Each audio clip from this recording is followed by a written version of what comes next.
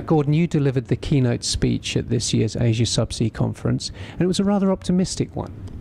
Oh, thank you very much, Edwin. Yeah, we do expect the oil prices to rebound by 50% from current depressed levels. This was something that actually was a surprise to at least one gentleman in the audience, given his line of questioning. Yes, market sentiment is obviously very bad, but given all the production slowdown evidence that we have seen, as well as potential for the US dollar to soften toward the end of the year, and given the improving underlying tone in the Chinese economy with the interest rate cuts, we do feel that there's a good chance that our optimistic forecast could materialize. Now, inevitably, people are looking for clarity around two particular issues. One is shale, and the other is what's going on with Saudi Arabia.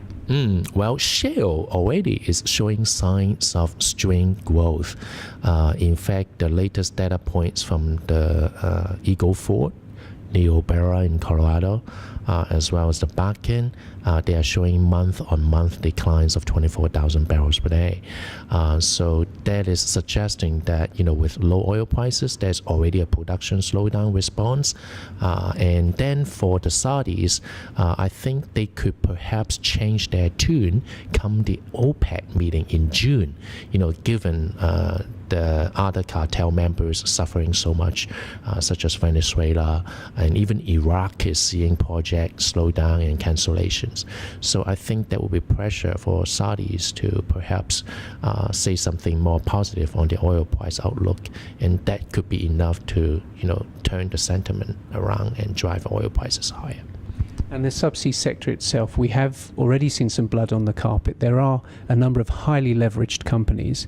Do you think we're likely to see more bankruptcies, more consolidation? Oh, definitely. Just like we have seen that between the Halliburton and Baker Hughes merger in oilfield services, given oil companies having the pricing negotiation leverage now over the subsea development players, in order to provide a competitive service to the customers, definitely we see more M&As and consolidation. And with higher interest rates ahead, perhaps not in the EU, but in the US, we could definitely see some news flow of companies struggling with finances and potentially going bankrupt. And this would lead to some M&A opportunities for the well-financed players. Now, the Asia subsea market is not a homogeneous one when one sort of tours the region. Do you see a two-tier or three-tier market emerging? Definitely. I see that there's, given the current oil price development, there's more demand, for higher quality vessels that could win orders readily, despite lower day rate trends, while at the other end of the spectrum, it will be very difficult for some older vessels without the sophisticated bells and whistles to compete, and those could be retired and stacked. So we do see a 2 or 3 tier market. Given the oil price volatility and the intense competition for contracts, if there are any. Yeah, because most players are just living on their backlogs now. Was there anything in the discussions that surprised you?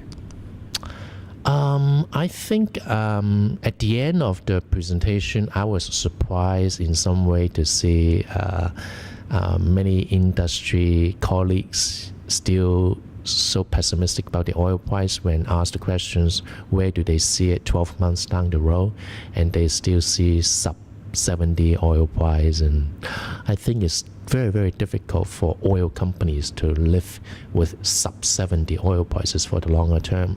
For example, even some of the big cap Chinese oil companies, their all-in cost is now 65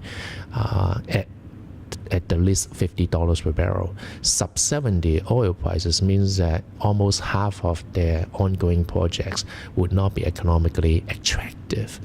And that would ultimately lead to further postponements of new developments that would inevitably send oil prices much higher. So I'm actually quite surprised to see that a significant number of people is so pessimistic on the oil price, and they come from the industry. So I think that probably reflects the fact that maybe sentiment and pessimism has reached a peak.